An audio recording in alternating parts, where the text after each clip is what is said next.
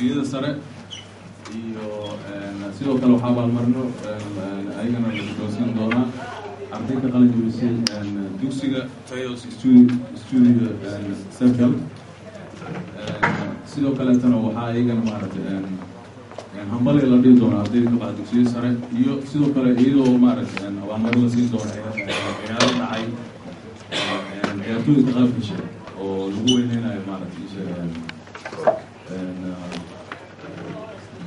laba kooxood oo la kala yidhahdo Horseed iyo Tayos Studio Circle oo loo dhigay koob lagu weyneynayo maaragtay waxbarashada iyo maxaa la yidhahdaa xuskii waxbarashada iyo dhiirigelinta dhalinyarada koob loogu magac daray laba kooxood loo dhigay. xafladda inta ay socoto waxaa ka hadli doona mas-uuliyiin fara badan oo isugu jira maaragtay mas-uuliyiin ka kala socda degmada Puntland, hay-adda OBF, dugsiga Tayo iyo sidoo kaleeto waxaa ka hadli doono waxgarad kale iyadoo sidoo kalena ay hadal ka soo jeedi doonaan arday ka qalin jebisay dugsiyada maaragtay abaalmarinta ardaydooda la siin doono. ugu horreyn marka waxaan ku bilaabanaynaa xafladdeena aayado qur-aanka kariimka ah oo uu noo akrin doono Sheekh Cabdifataax Cabdikariim falitafadal.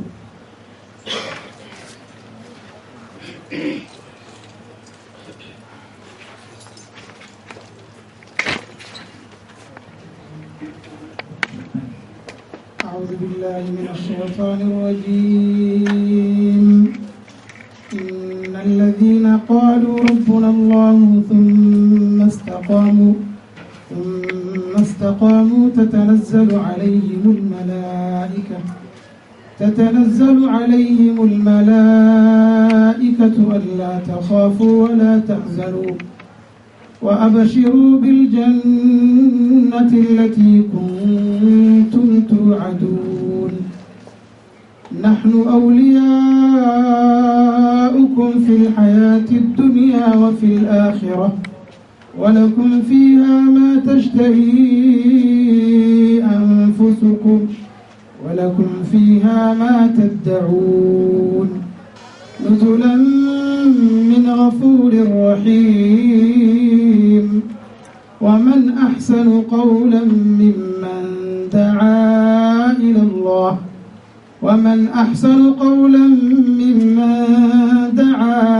الله وعمل صالحا وقال إنني من المسلمين. ولا تستوي الحسنة ولا السيئة ادفع بالتي هي أحسن فإذا الذي بينك وبينه عداوة كأنه ولي حميم. وما يلقاها إلا الذين صبروا وما يلقاها إلا ذو حظ عظيم. وإما ينزغنك من الشيطان نزغ فاستعذ بالله إنه هو السميع العليم.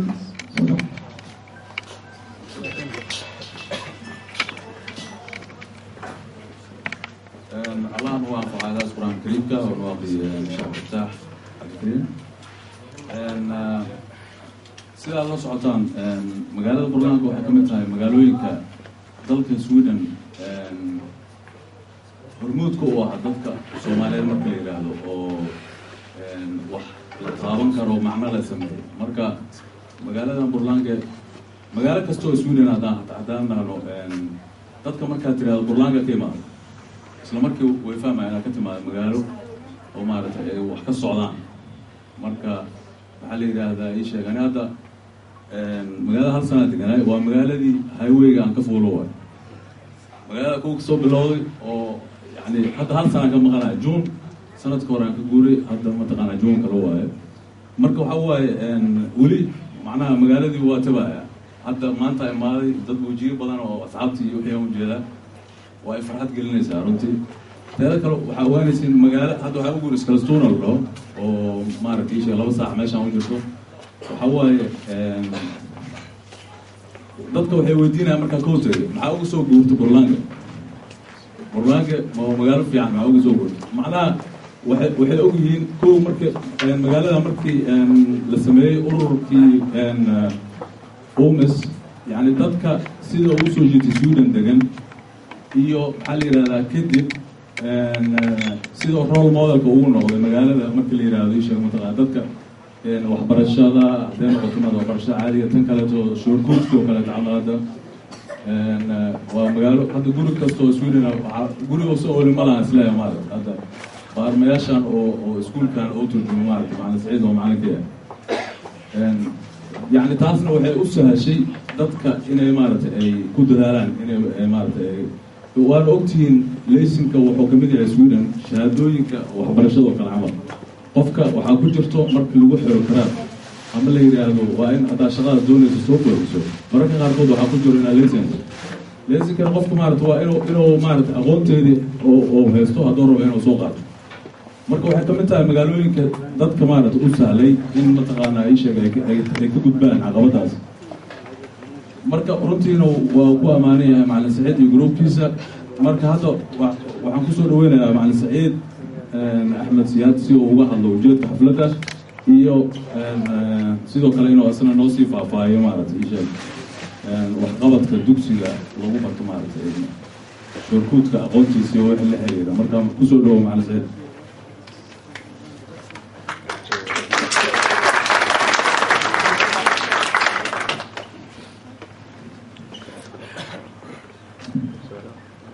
والصلاة والسلام على أشرف المرسلين سيدنا محمد وعلى آله وصحبه وسلم. مرتكوات والسلام عليكم ورحمة الله وبركاته. مركبات وحان سلام يا مرتي شرفتا كتو غيب شي حفلة dadka aqoonyahanka qaybaha teoriga dhigata iyo ardayda ay barata sharciyada gaadiidka sidoo kale aqoonyahanka ardayda dugsiyada sare ee ka qalin jabisay ama studentiga qaadatay kooxaha isboortiga kulligiin waxaan leeyahay wassalaamu calaykum waraxmatullaahi wabarakaatuh marnaba kadib haddii aan u dhaadhaco ujeeddada xafladda loo qabtay ujeeddada loo qabtay waxa waaye waa mid maahan markii koowaad la qabto waa mid soo jireenahayd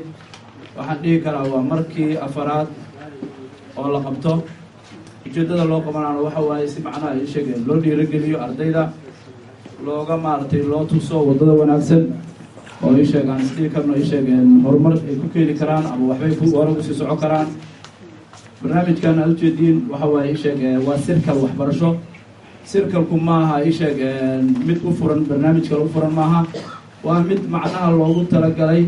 in ay dadka oo dhan ay aqoon isweydaarsi ay sameeyaan oo ay ku mashquulaan dhinaca u jeedino dhinaca waxbarashada annagoo ka jeedinayna dhinaca humaaga ama maaragtay sheegeen inaan waqti ku dhamayno waxyaabaha maalayacniga midda kale oo haddaan usoo laabto wejiga laada xafladda ujeeddada macnaha aan ugu maaragtay sheeg ugu casuumayno ardayda dugsiyada sare ujeeddada waxa waaye waxaad ogtihiin waddankeenna haddaan dib maarad u fiirino burbur inuu ku sugan yahay muddo 20 iyo dhowr sannadood ama 21 sano waxaadna ogtihiin maanta inay baahi ka jirto baahi aqooneed waddankeennii taas waxaana waa xaqiiq dhab ah oo aan ogna marka iyaguna waxaa ogahay midda kale waxay arrintaas u tiri oo macnaha niyaddeyda in dadkii waddanka joogay ay leeyihiin aaway dadkii dibadaha wax soo bartay oo waddankii ka qaxay talow midiin soo noqon doonaan iyagoo ah injineero dhakhaatiir aqoon-yahano kuwa sharciyada gaadiidka naga saxa ilaa waa ogtiin maanta tusaale haddee dib ugu noqono waddankan Sweden haddii aad dardarto mukulaal ama adiga Masir haddaad dardarto waxaa la xiriiraysaa sharciga kama tegi kartid taas maxay caddaynaysaa nafta bini aadamku inay qiimo weyn ay ku fadhiso ayay caddaynaysaa soo ma waa noolaha oo dhan marka qofkii qof dardara maxaad u malaynaysid taasoo caadi maaba xaalkeedu marka waxaan rabnaa ujeedada dadkaan waxu barayno sharcidan aan barayno maaha keliya aan ma rabno wax ku kooban burlaango keliya inay noqoto ma rabno waxaan rabnaa Sweden oo dhan inaan dadka si fiican u barno in dadku macnaha ay noqdaan dadka Soomaalida ah oo dad wadanka Sweden laga jeclaysto inay noqdaan oo macnaha aad maartay sheeg oo ay ku qancaan dadkana soo dhaweeyo aan martida u nahay isla markaasna aan gaarsiino culunta iyo waxyaabaha aan baranay wadankeena aan gaarsiino waa wax maartay sheeg muhiim ah waa waxa ugu dharshay inaan xafladan aan qabanno oo aan maartay sheeg oo maraysa maanta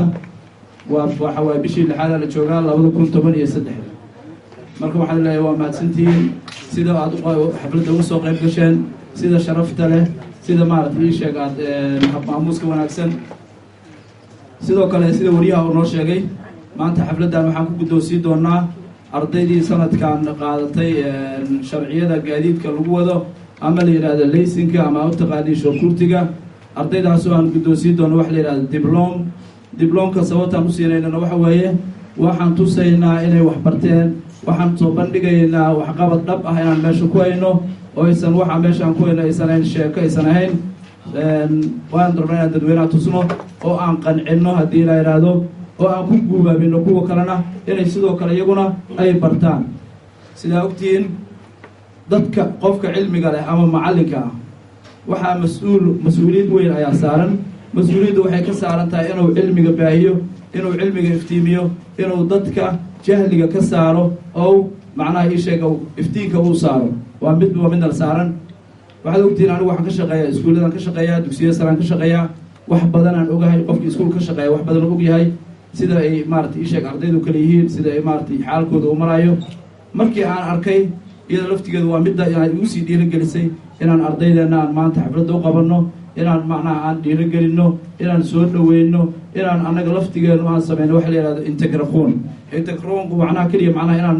aan baranayna maaha sidii Swedishka aan u maartay u dhexgeli lahayn laftigeenu waa inaan baranaa sidii aan isu dhexgeli lahayn waxaan ogahay dad isnacbanihin dad isjeclaanaa walaalaha dadku waa laga yaabaa in fikirkii wax kula duwanaadaan laakiin xaqiiqda dhabta waxaan nahay dad maartay aad u wanaagsan oo maartay la amaani karo oo sharaf leh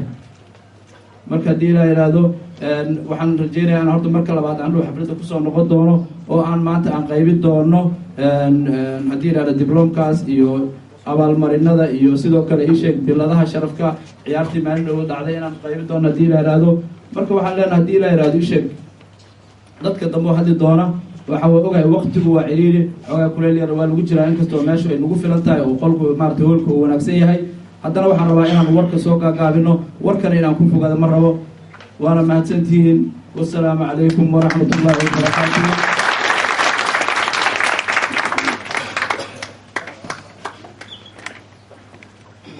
وعليكم السلام ورحمة الله وبركاته أنا سعيد هذا وما تريها سيدا ونو مصطفى مالك قبضك الواحد مصطفى حفلة حتى أنا وقتي أنا بيغان سنو وعارفنا أنا حفلة روسي ونو وحنا ويري حتى إنه شغل الميكروفون كان باهية مرسل عيسى أو كتر سنة هذا OBF مرسل وانين بدن ساعة غانا OBF كلمة مركا أنت ساعة هذا مارت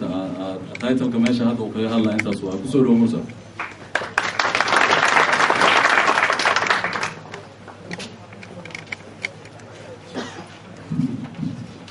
السلام عليكم ورحمة الله وبركاته. وعلى هذا الوقت أنا مكرفون كان الجالس وشوفه وانقامنا لكن أنت ما كان على هذا أنت بشيء. وحن إن بدن أنهم علينا يا حفلة دم شرف بدن قالية فلجان قالي نبوة جوي أنت هرب صوم تقالي قوة أنت هذا كله تقالي قوة أنت إمام دوتنا قالي قوة.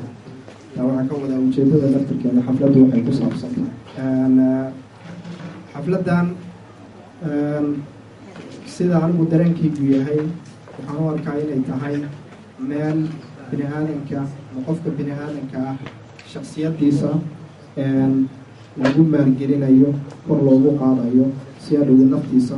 nafta ku wareegsan marka xilku ka saaran yahay iyo mujtamaca dhan ku dhex nool yahay iyo caalamka ku nool yahay oo lagu tago intaas ayaan u arkaa howdadana taas ayay kusugnaan doontaa sida hadda walaalkeekiisa uu sheegay dabcan waxaan ka tirsanahay howlwadeenada OBF maxay tahay in badanoo laga yaabo idinka idin ka mida waxaan rabay inaan weydiiyo aniga waktigana beeqaaminaya imisa dadkiina inta fadhiya imisa ayaa OBF ama ka faa'iidaysatay ama cid uga faa'iidaysay waa inaad macalinka tahay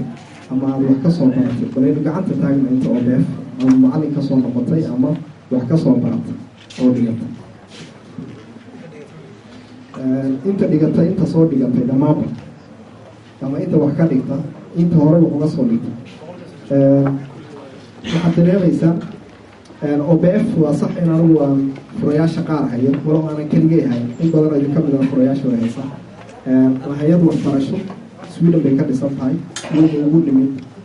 awaamiirta ku shaqaysana waxaa la dhahaa livslong learning waxa weeye waxbarashada aan dhammaan xuduud ma laha qof gaar ma aha maaha jaaliyadaan leeyahay maaha meelaan furayaal haysto sidaad ogtihiin OBF waxay ka jirtaa degmo kastoo Sweden ku taal xaafad kastoo Sweden ku taal waxaana u suurtageliya arrintaas waxa weeye hay-adaha ay la shaqayso iyo furfurnaanta qof kasta oo raba inuu macallin ka noqdo ama uu maado ka gudbiyo OBF wuu ka gudbin karaa qof kasta oo raba inuu wax ka bartona wuu ka baran karaa waxay doontaba ha noqoto xataa walow kaana hadday saddex ku heshiiso inay wada qosasho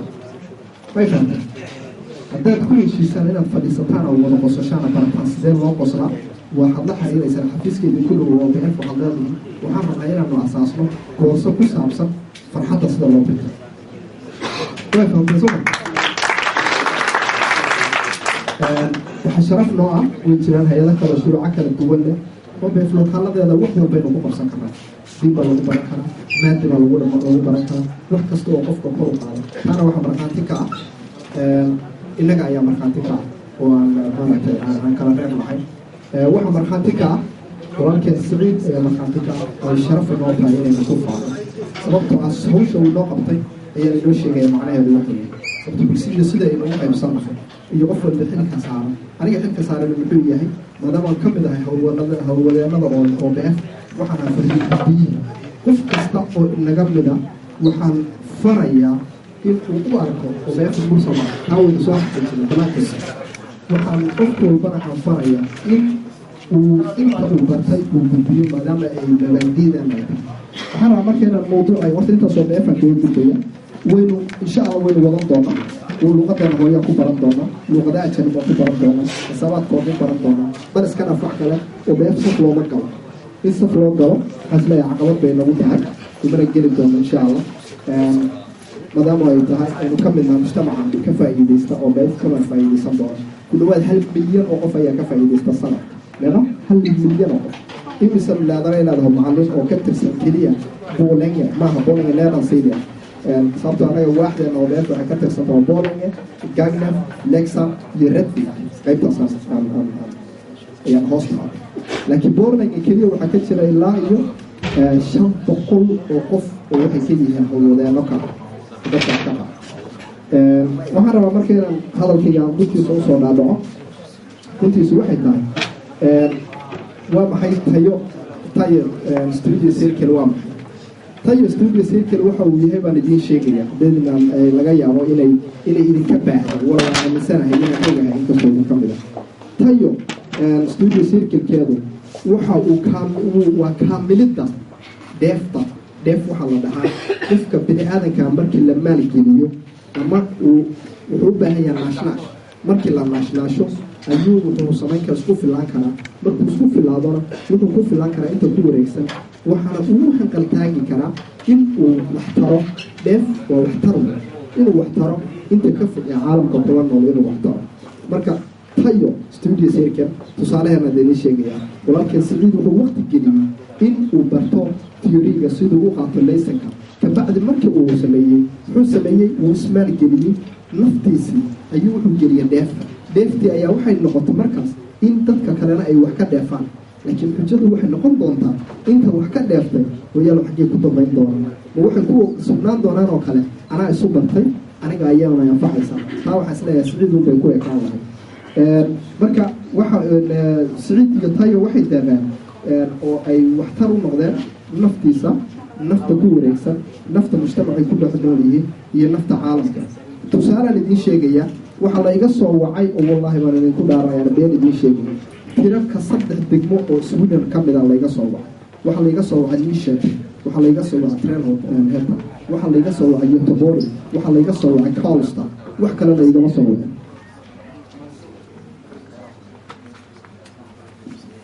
wax kale laga soo wacay ujeedada laga soo wacay maxay tahay sidee bay ku dhacday maxaad samayseen sidee loo fuliyay tayo studio sidee loo fuliyay taasna waxa mar walba ku xiran Saciid in ay isaga weydiiyaan iyo inuu ka doonaansho marka waxaan ku soo gabagabaynayaa intiina ka faa'iideysatay inta hadda ka faa'iideysanaysa iyo inta ka faa'iideysan doonta inay naftooda keliya iyo ku koobnaane nafaha kalena mustaqbalka ay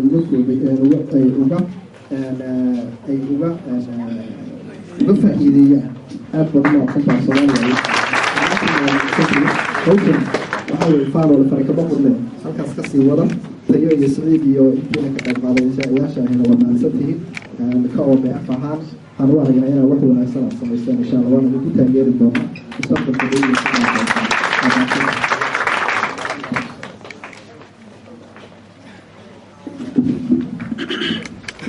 mursal aad u mahadsanyahay kelmado qiimo leh sida aan la wada socono dhammaanteen barashada teoriga waxay ka mid tahay waxyaabaha noogu muhiimsan sida qofku markuu waddanku cusub yahay ay muhiim u tahay inuu isfiiga aado luqadda dadka soo galowtiga ay dhigtaan Swedish Spanishka for invandrare marka waxaa jiro marka laga soo tago bulshada dhammaanteed marka laga soo tago in kastoo ay dhibaato ku qabaan markay timaado wiilashii gabdhaha kastoo inuu ku adeega inkastoo hadda baahidaas laga gudbaayo marka waxaan rabnaa inay halkan timaado Iimaan Cabdiqaadir oo kamid ah gabdhihii ka baxay dugsiga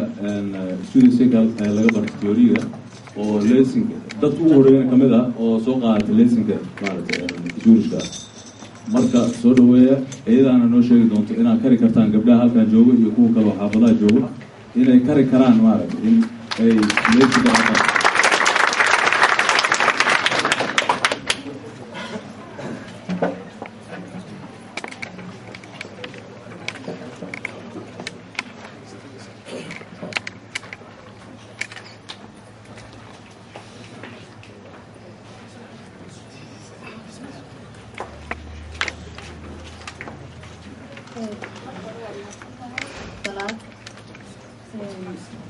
marka hore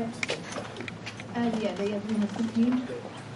dadka sharafta leh martida sharafta leh ee halkan aan kusoo cusubnay ama u timid hadday noqoto arday iyo hadday noqoto dad kale oo dariiq kusoo jira haddaan ka waramo taariikhda iskuulkan waxa weeye taariikh weyn oo loo soo halgamay oo uu bilaabay macalinkeena weyn ama fikradiisu ahayd macalin Saciid taas oo iminka maraysa arrin aad meel fiican oo qurux badan haddaan ka sheekay taariikhdan in yar ka dulmaro markii ugu horeysay 2010 bishii koowaad ayaa la aasaasay iskuulkan iyadoo ay dhiganayeen dad xoogaaya maantana way marayso muddo 4 sano ah inuu shaqaynayo ama horumaray waxaan ka mid ahaa hadda anoo ku hadlay horta ururka haweenka ama gabdhaha una hadlaya ku hadlayna magaca iskuulka waxaan ka mid ahaa dadkii ugu horeeyay ee aasaaska ku jiray iskuulkan ama ugu horeeyay anigoo waqtiga ay dhiganayeen arday ilaa 30 wiila uguna imid maalmaha ka mid ah iyagoo kaligood dhiganaya ahna kooraska ugu horeeyay markii la furay iskuulka la aasaasay macalin Saciid baa waxaan ku yidhi wiilal kaliyaad meesha wax ku baraysaan maana ahayn dumarka inaad ku bartaan ama aad horumarisaan wuxuu yidhi dumarka imkaan bilownay laakiin waan jecel lahay waxaan ku yidhi anaa raba inaan soo galo wuxuu yidhi waa rag kaliya marka gabdhuhu bilaabmaan ayaad soo geli doontaa waxaan ku yidhi rag micno ma laha iyagoo 30 nina ayaan waxaan keenay inaan soo dhex fariisto anoo tusay dhiiranaan waayo wax walba iga qiimo badnaa ama aan muhiimada siinay inaan helo ama aan gaadho dantayda waayo waxbay ka yihiin hadduu nin yahay iyo hadduu waa iskuulka waa la fadhiistaa jaamacadba waa la wada fadhiistaa ragga meel kasta waa lagu arkaa halka halkii ayaan kula galay halkii ayaan ku bartay anuu keligay gabadhka kuna qaaday ahaana gabadha ugu horeysay muddo 3 sano ka hor aan qaado liisanka kana qaaday iskuulkan tayo oo aan marka ayaan waxaan ku dhiirigeliyey in gabdhaha laga soo qaybgeliyo macalinka wuu iga aqbalay iminkana meel fiican buu marayaa gabdho badan baana qaaday dariiqa way ku jiraan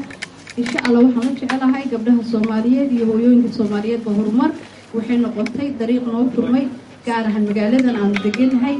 iyadoo sumcad iyo sharaf weyn oo ah haddaan nahay dumarka Soomaaliyeed haddaan nahay gabdhaha Soomaaliyeed mustaqbalka dheerna aan tigsanayno taa iyo mid ka badan inaan ku faani doono haddii Ilaahay yiraahdo dumarka Soomaaliyeed waa mahadsantihiin